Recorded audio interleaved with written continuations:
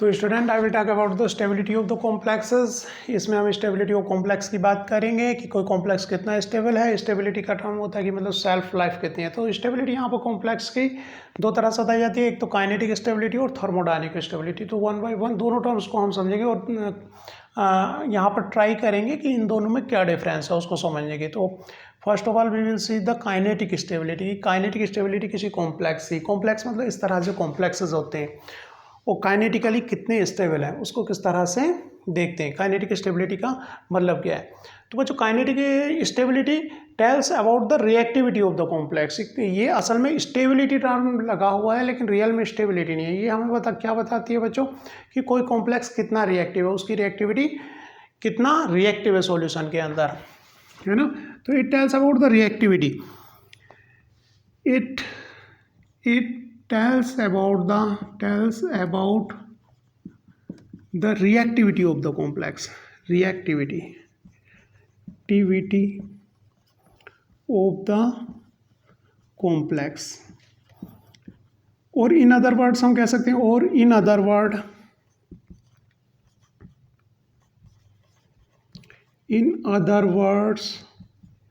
it tells about the reaction rate of the complex की उसकी reaction rate कितनी fast है। It tells about, in other words we can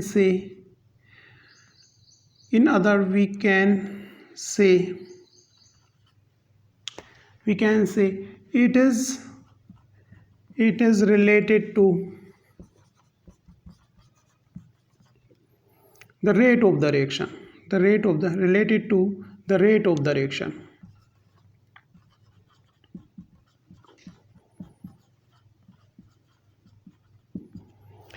and activation energy of the reaction,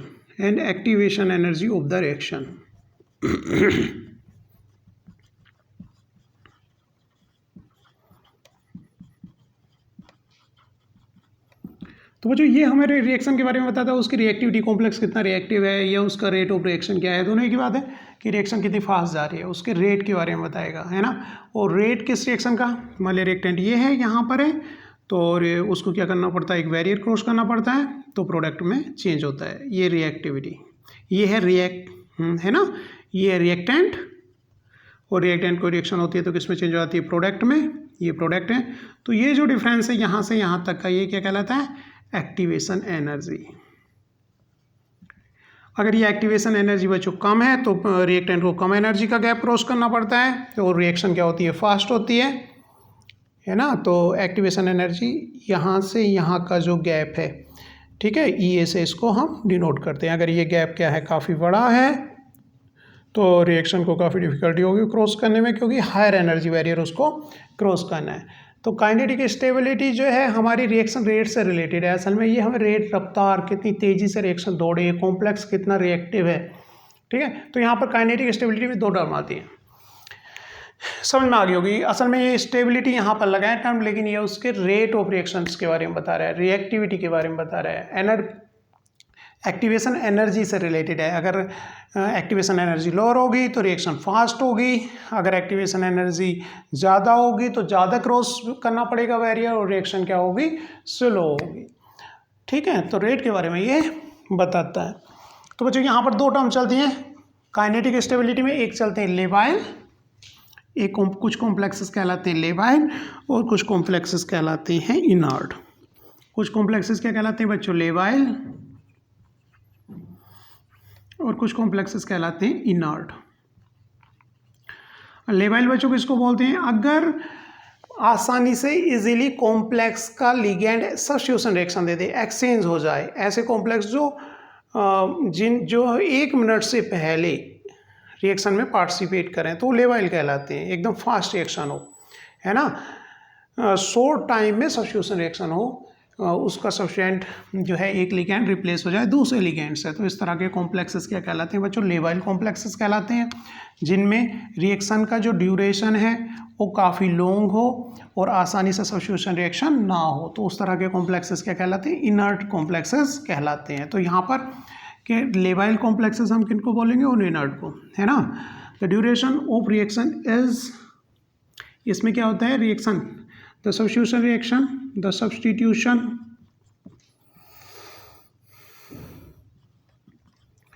of ligand is fast, है ना। अगर substitution क्या है ligand का फास्ट है, सच कॉम्प्लेक्स आर कॉल्ड लेवाइल कॉम्प्लेक्स।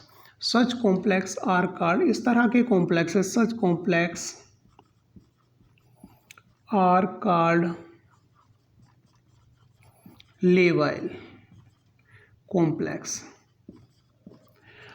तो इस तरह के कॉम्प्लेक्सेस क्या कहेंगे, लेवाइल कहेंगे, जिनमें सब्स्टिट्यूशन रिएक्शन क्या हो, इजीली हो जाए, उनका ड्यूरेशन क्या हो 1 मिनट से पहले ही, हम कह सकते हैं 1 मिनट से पहले, है ना, मतलब फास्ट हो, तो क्या कहलाते हैं ऐसे कॉम्प्लेक्सेस, क्या कहलाते हैं, लेवाइल कॉम्प्लेक्सेस कहलाते हैं। तो सब्स्टिट्यूशन रिएक्शन का मतलब क्या है यहाँ पर वो समझ लेते हैं। जैसे कि मान लिया कोई भी कॉम्प्लेक्स हम ले लें, एको कॉम्प्लेक्स ले लिया कॉपर का, CuH2O होल 4 2+, और अगर सपोज इसका अमोनिया के साथ में, अमोनियम लिगेंड के साथ में सब्स्टिट्यूशन की बात कर रहे हैं हम, तो बच्चों क्या होगा, एक वाटर के मॉलिक्यूल की जगह क्या आ गया, दूसरा लिगेंड्स यहाँ पर आ गया, एक NH3 हो गया और बाकी लिगेंड जो थे वाटर के लगे रहे, एक H2 रिप्लेस हो गया। तो ये रिएक्शन कहला रहे हैं सब्स्टिट्यूशन रिएक्शन।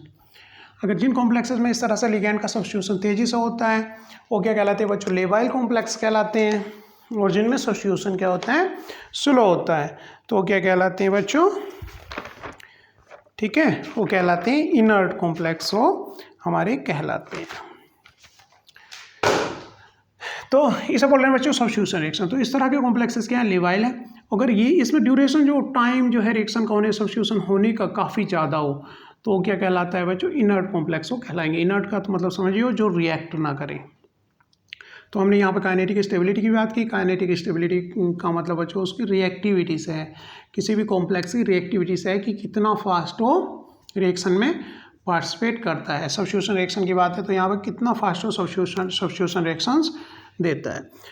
तो अगर उनका ड्यूरेशन कम है, शॉर्ट है, तो उस तरह के कॉम्प्लेक्सेस लेवाइल कॉम्प्लेक्सेस कहलाते हैं। अगर उनका ड्यूरेशन, सब्स्टिट्यूशन होने का ड्यूरेशन काफ़ी ज़्यादा है, तो इस तरह के कॉम्प्लेक्सेस क्या कहलाते हैं, इनर्ट कॉम्प्लेक्स कहलाते हैं।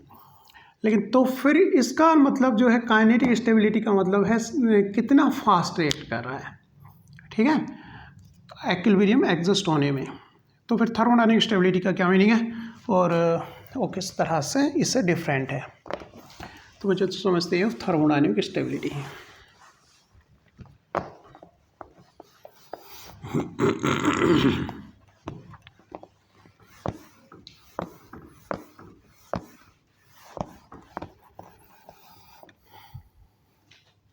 तो थर्मोडायनामिक स्टेबिलिटी का मतलब क्या है, थर्मोडायनामिक स्टेबिलिटी,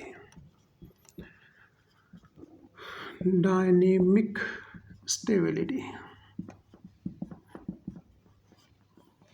थर्मोडायनामिक स्टेबिलिटी हमें क्या बताती है कि मॉलिक्यूल जो है बच्चों कितना थर्मोडायनेमिकली स्टेबल है। ये रिलेटेड हो गई हमारी कि रिएक्शन किस एक्सटेंट तक, है ना, इक्विलिब्रियम में जा सकती है।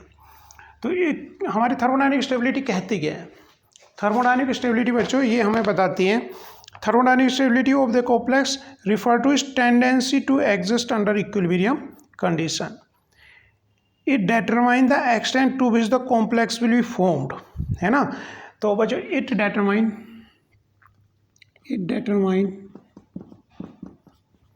अभी समझ में आएगी बात, इट डेटरमाइन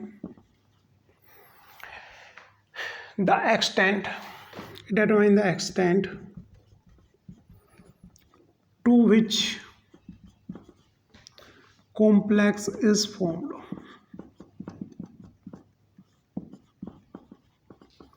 तो ये हमें बता दें किस हद तक कॉम्प्लेक्स का फॉर्मेशन पॉसिबल है, ठीक है। इक्विलिब्रियम जो एग्जिस्ट होगा तो उसमें किस हद तक कॉम्प्लेक्स, किस एक्सटेंट तक कॉम्प्लेक्स का फॉर्मेशन, ये स्पीड के बारे में नहीं कह रहा कि कितनी अमाउंट उसकी फॉर्मेशन की हो सकती है, ठीक है, बात समझ में आएगी।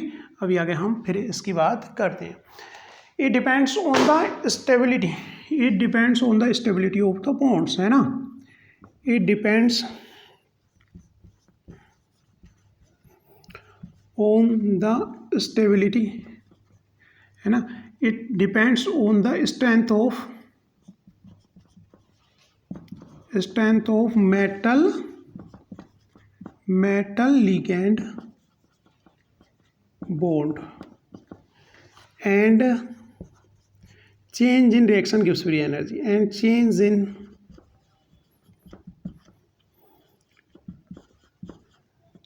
gives free energy कि रिएक्शन की गिव्स फ्री एनर्जी में कितना चेंज हो रहा है और बॉन्ड की स्ट्रेंथ कितनी है।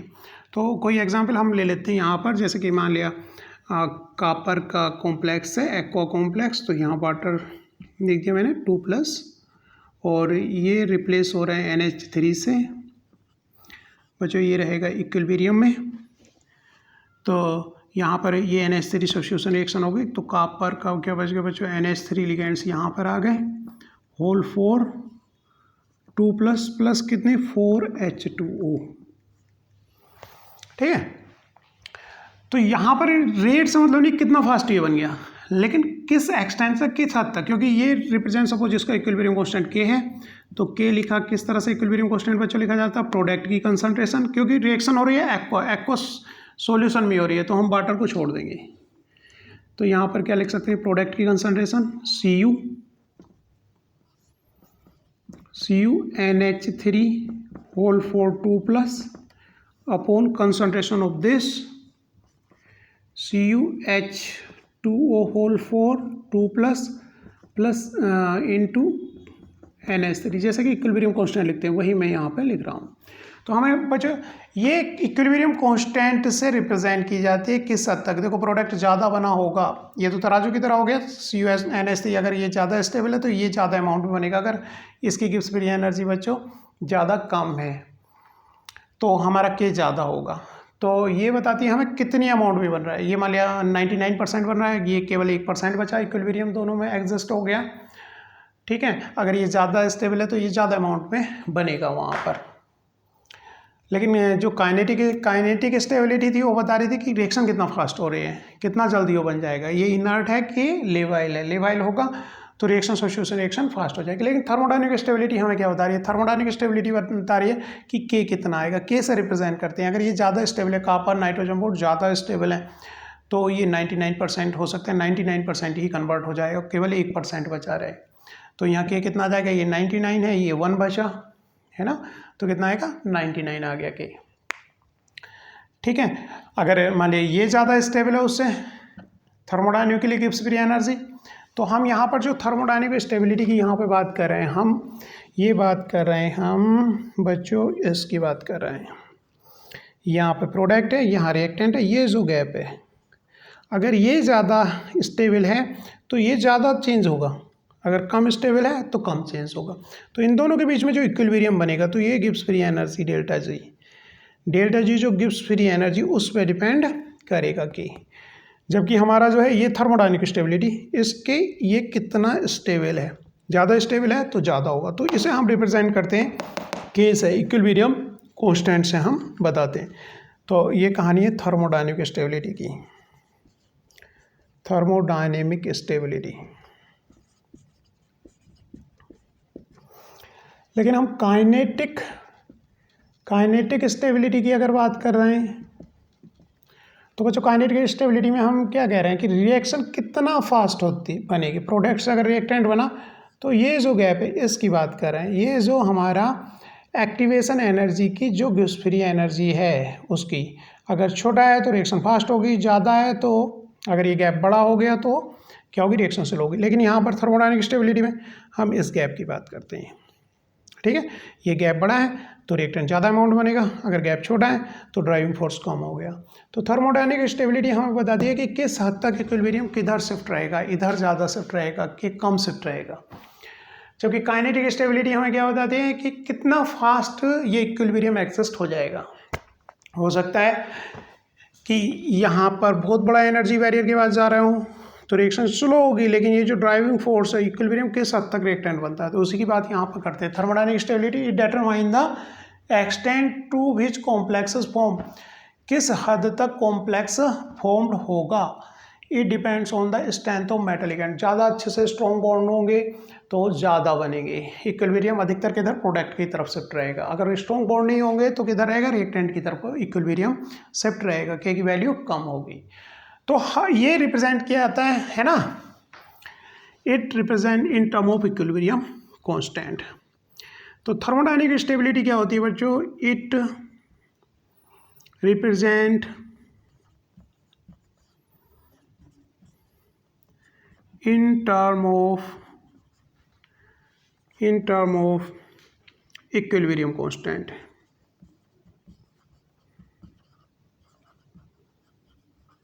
Equilibrium constant. तो अगर कॉम्प्लेक्स की, किसी भी कॉम्प्लेक्स की अगर इक्विलिब्रियम कांस्टेंट की वैल्यू बच्चों ज़्यादा है तो थर्मोडायनेमिकली मोर स्टेबल है। अगर उसके इक्विलिब्रियम कांस्टेंट की वैल्यू, उसके फॉर्मेशन कांस्टेंट की वैल्यू अगर कम है, फॉर्मेशन कांस्टेंट कह सकते हैं कि वो फॉर्म हो रहा है कॉम्प्लेक्स, है ना, जैसे टेट्रा अमोनियम कॉपर का कॉम्प्लेक्स फॉर्म हो रहा है तो इसे फॉर्मेशन कांस्टेंट भी कहा जा सकता है कि फॉर्म हो रहा है, एक्वा कॉम्प्लेक्स है। अगर फॉर्मेशन कांस्टेंट की वैल्यू कम है तो बच्चों वो कम स्टेबल है, और इसको के एफ जो है ये क्या कहलाता है बच्चों, यहाँ पर स्टेबिलिटी कांस्टेंट भी बोल देते हैं इसको, स्टेबिलिटी कांस्टेंट। तो ये बच्चों इक्विलिब्रियम कांस्टेंट से रिप्रेजेंट किया जाता है, जिसे यहाँ पर हम क्या बोलते हैं, स्टेबिलिटी कांस्टेंट भी हम बोलते हैं। तो यहाँ पर कुछ एग्जांपल लेते हैं और उसके थ्रू, कुछ एग्जांपल्स के थ्रू इसको समझने की कोशिश करते हैं कि थर्मोडायनेमिक स्टेबिलिटी हमारे हमें क्या बताती है। एक तरह से हमारा ये मेजरमेंट बन गया कि कोई कॉम्प्लेक्स कितना स्टेबल है ना। उसको दिखाने के लिए हम क्या लेते हैं बच्चों, इक्विलिब्रियम कांस्टेंट्स हम लेते हैं। इक्विलिब्रियम कांस्टेंट हमें बताएगा कि कॉम्प्लेक्स है स्टेबल है या फिर स्टेबल नहीं है। तो कुछ एग्जांपल्स मैं यहाँ पे लिखता हूँ और उससे आपको थर्मोडायनेमिक स्टेबिलिटी के बारे में पता चलेगा। ठीक है, एक छोटा सा एक्सप्रेशन बनाएंगे। फिर काइनेटिक स्टेबिलिटी क्या थी, काइनेटिक स्टेबिलिटी हमें रेट के बारे में बता रही थी। तो बच्चों हम कुछ यहाँ पे एग्जाम्पल लिखते हैं और फिर उनके इक्विलिब्रियम कांस्टेंट की बात हम यहाँ करते हैं। चलो हम कॉपर का एक्वा कॉम्प्लेक्स का कंपेरिजन करेंगे। यहाँ पर CuH2 होल 4 2+ एक्वा कॉम्प्लेक्स है, क्योंकि रिएक्शन सब्स्टिट्यूशन रिएक्शन अधिकतर किस में की जाती है, एक्वस में की जाती है ना। अगर इसको रिप्लेस किया बच्चों NH3 से तो यहाँ पर इसका अमोनियम साल्ट बन गया, अमोनियम कॉम्प्लेक्स बन गया CuNH3 होल 4 2+ प्लस जो भी वाटर मॉलिक्यूल निकल जाएंगे यहाँ पर, क्योंकि एज ए सॉल्वेंट वाटर ही है तो उसको हम इक्विलिब्रियम कांस्टेंट किस तरह से लिखा जाएगा बच्चों इसका, या फिर स्टेबिलिटी कांस्टेंट भी बोल दें इक्विलिब्रियम कांस्टेंट, तो यहाँ पर एस लगा दिया। तो बच्चों मैं वाटर कंसिडर नहीं करूँगा क्योंकि एक्सेस में वाटर है यहाँ पर, एज ए सॉल्वेंट वाटर यहाँ पर यूज़ हो रहा है।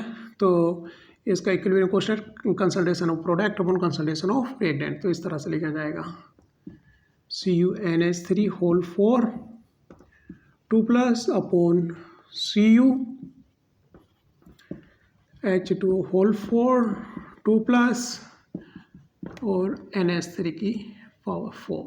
तो बच्चों इसका जो Ks है इक्विलिब्रियम कांस्टेंट जिसको हमें कंपैरिजन करना है, तो इस रिएक्शन का जो Ks है वो है अराउंड आता है 4.5 × 10⁻21। अब देखो अगर हम दूसरा किसी कॉम्प्लेक्स की बात करें, अदर कॉम्प्लेक्स, यहाँ पर हमने दूसरे लिगेंड ले लिए तो वाटर लिखने की ज़रूरत नहीं है। यहाँ पर आप खाली Cu2+ भी लिख सकते हो, क्योंकि यहाँ पर फॉर्मेशन कांस्टेंट क्या है, एक्वस कॉम्प्लेक्स से है, ठीक है ना। उसके साथ से Cu2+, चाहो तो वाटर लिख दो, नहीं तो हम वाटर लिखने का इतनी नीड यहाँ पर नहीं है। लेकिन Cu2+ है, इसका मतलब है इसके साथ में क्या लगे हुए हैं, 4 वाटर एक्वस कॉम्प्लेक्स लगे हुए हैं, इसको इसी तरह से भी लिखा जा सकता है। तो अगर यहाँ पर साइनाइड कॉम्प्लेक्स है तो यहाँ पर क्या बनेगा बच्चों, वाटर जो है, जो यहाँ वाटर लिगेंड्स लगे हुए हैं वो रिप्लेस हो गए साइनाइड्स है, ये 4+, तो इस बार 2 नेगेटिव चार्ज हो गए। तो इक्विलिब्रियम कांस्टेंट के एस इसका किस तरह लिखोगे, CuCN whole 4 2 negative upon Cu2+ और Cn -4। तो बच्चों इसका जो इक्विलिब्रियम कांस्टेंट है वो आता है 2 × 10⁻27, 2 × 10⁻27। तो देखो इसका यहाँ पर जो चीज़ मैं बताना चाह रहा हूँ, यहाँ पर देखो इक्विलिब्रियम कांस्टेंट इसका बच्चों ज़्यादा है, इसका मतलब ये जो कॉम्प्लेक्स है इसके अमोनियम कॉम्प्लेक्स के कंपैरिजन में ये मोर स्टेबल है, क्योंकि इसका इक्विलिब्रियम कांस्टेंट हमारा क्या है, ज़्यादा है। तो जो थर्मोडायनेमिक स्टेबिलिटी है इस कॉम्प्लेक्स की ज़्यादा है इसके कंपैरिजन में, क्योंकि इसका जो स्टेबिलिटी कांस्टेंट निकल के आ रहा है वो 10 की पावर 27 है, जबकि इसका स्टेबिलिटी कांस्टेंट 10 की पावर 21 है। तो इस तरह से हमारा एक मेजरमेंट हो गया कि स्टेबिलिटी, थर्मोडायनेमिक स्टेबिलिटी किससे रिप्रेजेंट की जाती है, इक्विलिब्रियम कांस्टेंट से। तो इस तरह से दूसरे एग्जाम्पल भी हम देख सकते हैं कि जिनका के एस ज़्यादा है वो मोर स्टेबल है। तो इन दोनों कॉम्प्लेक्स में अगर हम कंपेरिजन करेंगे तो ये कॉम्प्लेक्स मोर स्टेबल है। वैसे भी हम जानते हैं कोऑर्डिनेशन केमिस्ट्री से भी कह सकते हैं, क्योंकि साइनाइड क्या है, स्ट्रॉन्ग फील्ड लिगेंड है NH3 के कंपैरिजन में, तो ये जो कॉम्प्लेक्स बनाएगा तो वो मोर स्टेबल कॉम्प्लेक्स होना चाहिए, क्योंकि इसकी जो है क्रिस्टल फील्ड एनर्जी इसकी ज़्यादा होगी, ठीक है, ज़्यादा स्टेबलाइज करेगा, CFS इसकी ज़्यादा होनी चाहिए, ज़्यादा आएगी, तो ये कॉम्प्लेक्स क्या है बच्चों, ज़्यादा है। डेल्टा O मोर होगा, स्ट्रॉन्गर लिगेंड है तो इसका डेल्टा O मोर होगा। अगर स्क्वायर प्लेनर कॉम्प्लेक्स है तो इसकी डेल्टा की वैल्यू ज़्यादा होगी, तो ये कॉम्प्लेक्स मोर स्टेबल है। और हमें इक्विलिब्रियम कांस्टेंट भी सेम चीज़ बता रहा है। तो इस तरह से हम किसी की थर्मोडायनेमिक स्टेबिलिटी क्या लेते हैं बच्चों, इक्विलिब्रियम कांस्टेंट से लेते हैं। तो इक्विलिब्रियम कांस्टेंट से बताई जाती है थर्मोडायनेमिक स्टेबिलिटी। चलो इसके लिए थोड़ा सा एक एक्सप्रेशन यहाँ पर हम जनरल एक्सप्रेशन निकालते हैं किसी जनरल कॉम्प्लेक्स के लिए।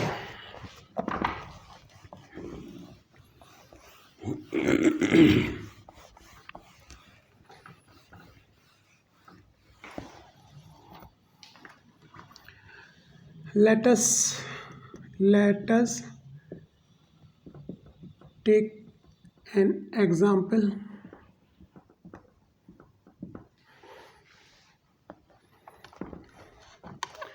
for the formation of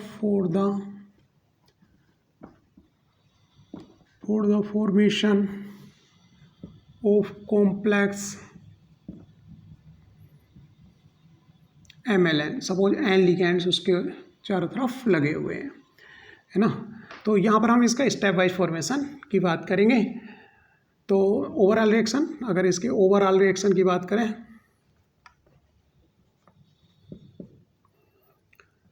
overall formation of complex MLN, तो क्या कह सकते हैं कि ये कोई लिगेंड है, कॉपर आयरन, कोई भी लिगेंड, तो कोई भी मेटल, कॉपर आयरन, है ना, इस तरह का कोई भी मेटल है, प्लस इसके चारों तरफ क्या लगने हैं, लिगेंड्स लगने हैं, एन लिगेंड लगने, तो इस तरह से फॉर्म होगा MLN। तो ओवरऑल के इसका क्या लिखा जाएगा, कि इक्विलिब्रियम कांस्टेंट किस तरह लिख सकते हैं, MLN upon M plus M concentration of M, reactant की concentration, into concentration of Ln, है ना। The formation of this complex can be represented by stepwise the overall formation of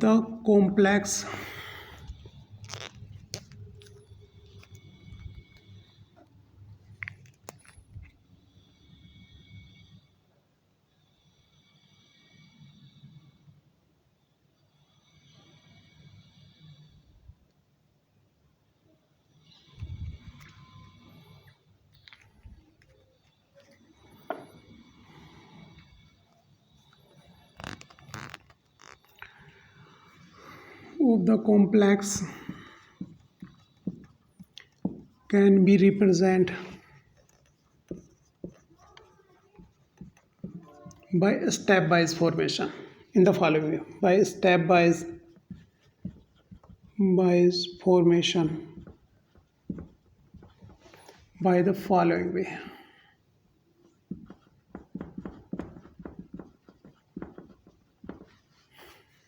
कि मेटल से बच्चों क्या करें, एन लिगेंड लगनी है, मेटल से हम क्या करें कि पहले एक लिगेंड का फॉर्मेशन कनेक्ट हो, एक लिगेंड जुड़े, और यहाँ पर ये Ml का फॉर्मेशन हो। तो रेट कांस्टेंट कह दिया हमने K1, तो K1 कैसे concentration of product Ml upon concentration of M और कंसंट्रेशन ऑफ L। ऐसे बच्चों एक लिगेंड पहले लगे, फिर Ml से फिर दूसरा आकर के लिगेंड हो, तब जा कर के क्या लगे, Ml2 हो। ठीक है, तो K2 वो कंसंट्रेशन ऑफ प्रोडक्ट, मतलब यहाँ पर concentration of Ml2 upon concentration of Ml और कंसंट्रेशन ऑफ L। एंड इसी तरह से Ml2 का फॉर्मेशन हो गया, 1 by 1 लिगेंड्स लगे मतलब, है ना। तो इस तरह से हम K3 हो जाएगा, यहाँ हो गया Ml3 तो K3 इसका कंसंट्रेशन ऑफ। तो बच्चों ये हो गए step wise equilibrium constant, Ml3 upon concentration of Ml2 into concentration of L and so on. तो बच्चों इस तरह से स्टेप बाय एक स्टेप में एक लिगेंड लगा तो उसके लिए इक्विलिब्रियम कांस्टेंट है, मतलब यहाँ पे कहा कि एक साथ लग गए, ठीक है ना। तो ये जो टोटल ओवरऑल जो इक्विलिब्रियम कांस्टेंट है, ठीक है, ये ओवरऑल है। लेकिन ये पहले एक लिगेंड लगाया, फिर दूसरा लिगेंड लगाया, फिर तीसरा लिगेंड लगाया, तो इनके कोरस्पॉन्डिंग जो इक्विलिब्रियम कांस्टेंट है वो इस तरह से concentration of product upon concentration of reactant लिखे जा सकते हैं। लेकिन इसके साथ में इसका क्या रिलेशन होगा, तो उसको ड्राइव करने के लिए हम आगे देखते हैं। इसको हटा देता हूँ। और इनके जो K1, K2, K3 जो स्टेप वाइज कॉम्प्लेक्स होते हैं फॉर जनरल रिएक्शन, है ना, फॉर जनरल रिएक्शन जनरली, मतलब एक्सेप्शन केस नहीं है। तो बच्चों K1 सबसे ज़्यादा, फिर रेट कांस्टेंट घटता जाता है, K2, K3 and so on. इसकी वैल्यू घटती जाती है, एक लिगेंड लग गया, फिर दूसरा लिगेंड, स्टेरिक रीजन की वजह से, तो रेट क्या होता जाता है, कम होता जाता है। इसमें कुछ एक्सेप्शंस रहते हैं जो जनरली एग्जाम कंपटीशन पूछे जाते हैं, लेकिन यहाँ पर इन जनरल, है ना, इसके कुछ इलेक्ट्रॉनिक फैक्टर हैं, स्टेरिक फैक्टर हैं, प्रोबेबिलिटी फैक्टर भी है कि जो फर्दर रेट कांस्टेंट हैं इन स्टेप्स के वो क्या होते जाते हैं बच्चों, डिक्रीज होते जाते हैं। पहला K1 फास्ट होगा, पहला लिगेंड लगा, तो सेकेंड लगा उसका स्लो होगा, फिर थर्ड लिगेंड लगा तो और स्लो होगी रिएक्शन, ठीक है। चलो फिर आगे देखते हैं। तो यहाँ पर मैं आगे क्या प्रोसीड कर रहा हूँ, इसका इनके साथ में क्या रिलेशन है, जो कि निकल के आएगा बच्चों, ओवरऑल रिएक्शन जितने स्टेप्स होंगे उनका प्रोडक्ट आएगा, K1, K2, K3 and so on. जहाँ तक भी जितने 6 लिगेंड है तो 6 लिगेंड तक, 4 लिगेंड है तो 4 लिगेंड तक, ये रिलेशन आएगा, ठीक है। और एक ये भी इम्पोर्टेंट बात है, क्या होता रहता है बच्चों, रेट कांस्टेंट की वैल्यू क्या होती रहती है, डिक्रीज होती रहती है। तो द फॉर्मेशन ऑफ कॉम्प्लेक्स को किस तरह से रिप्रेजेंट अदर वे में किया जा सकता है, जिससे कि हम जो ओवरऑल रेट कांस्टेंट है और स्टेप वाइज जो रेट कांस्टेंट है उनके साथ में रिलेशन निकाल सकें। तो उसको रिलेशन को हम निकालते हैं।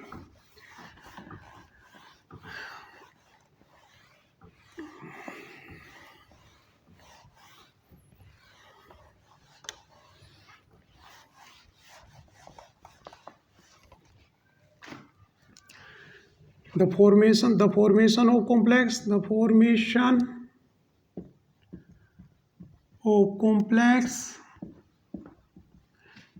can also be expressed in the following way.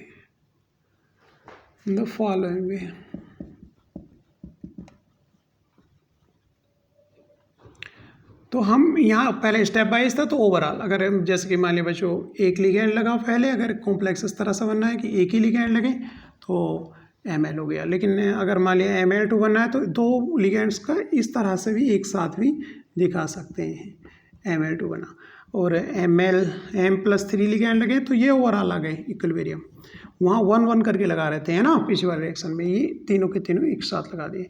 तो इनके रेट कांस्टेंट कैसे हैं, K1, इसके ओवरऑल के लिए क्या आएगा, concentration of product Ml upon concentration of M और कंसंट्रेशन ऑफ L। K2 के लिए क्या आएगा, कंसंट्रेशन ऑफ 2 लिगेंड्स होते हैं, Ml2 upon concentration of M और कंसंट्रेशन ऑफ L का स्क्वायर।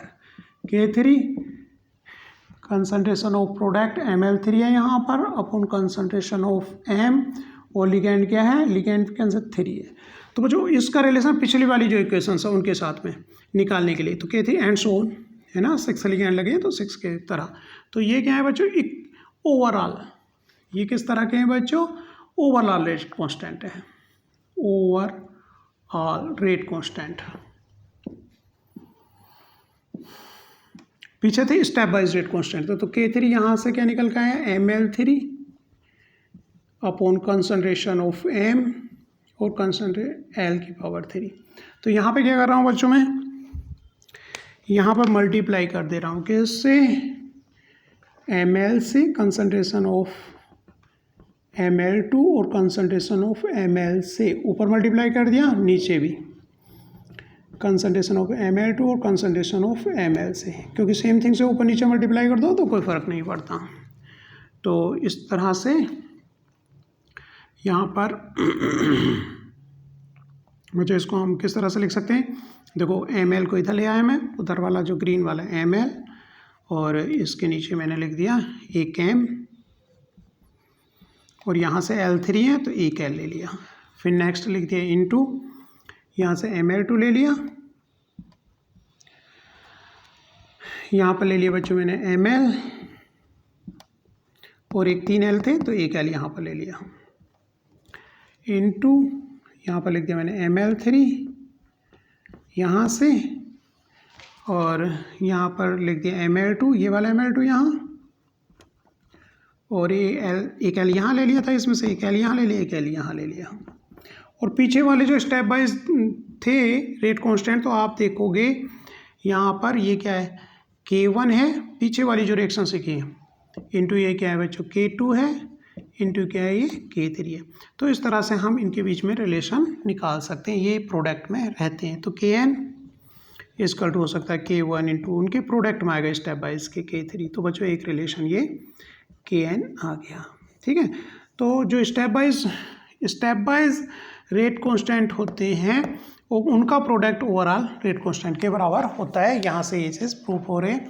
तो इस तरह से एक रिलेशन हमने यहाँ पे निकाला है, ठीक है। तो इनको चाहो तो दूसरा नोटेशन हम दे सकते हैं, के ना देके, क्योंकि कन्फ्यूजिंग हो जाएगा। ओवरऑल के हम दूसरा नोटेशन यहाँ पर बीटा दे सकते हैं, β1, β2, β3, ताकि पहले से कन्फ्यूज़न क्रिएट ना हो। तो यहाँ पे कह सकते हैं कि β3 ओवरऑल, तो दूसरा नोटेशन दे दो इसको β3 या βn, है ना। ये ओवरऑल रेट कांस्टेंट है और ये स्टेप वाइज के रेट कांस्टेंट है। तो स्टेप वाइज को अगर मल्टीप्लाई करते हैं तो ओवरऑल रेट कांस्टेंट आता है। और यहाँ पर रेट कांस्टेंट जो से ही हम थर्मोडायनेमिक स्टेबिलिटी को एक्सप्रेस करते हैं। अगर रेट कांस्टेंट की वैल्यू बच्चों ज़्यादा है तो उसकी थर्मोडायनेमिक स्टेबिलिटी ज़्यादा है। और जो ये कंटिन्यूस जो रेट कांस्टेंट हैं इनकी वैल्यू क्या होती रहती है बच्चों, कम होती रहती है। मतलब K1 बड़ा है किससे, K2 से, K2 बड़ा है K3 से, इनकी वैल्यू क्या होती रहती है बच्चों, डिक्रीज होती रहती है, ठीक है। और जो हम अगर ये तो बच्चों है फॉर्मेशन कांस्टेंट भी कह सकते हैं इनको। तो हम डिसोसिएशन कांस्टेंट अगर बात करेंगे, डिसोसिएशन कांस्टेंट, तो बच्चों क्या है, उल्टा है किसका, फॉर्मेशन कांस्टेंट का उल्टा, रिवर्स को हम डिसोसिएशन कांस्टेंट भी कहते हैं। तो बच्चों यहाँ पर थर्मोडायनेमिक स्टेबिलिटी और काइनेटिक स्टेबिलिटी के बारे में आप इतना याद कर लो। Thank you.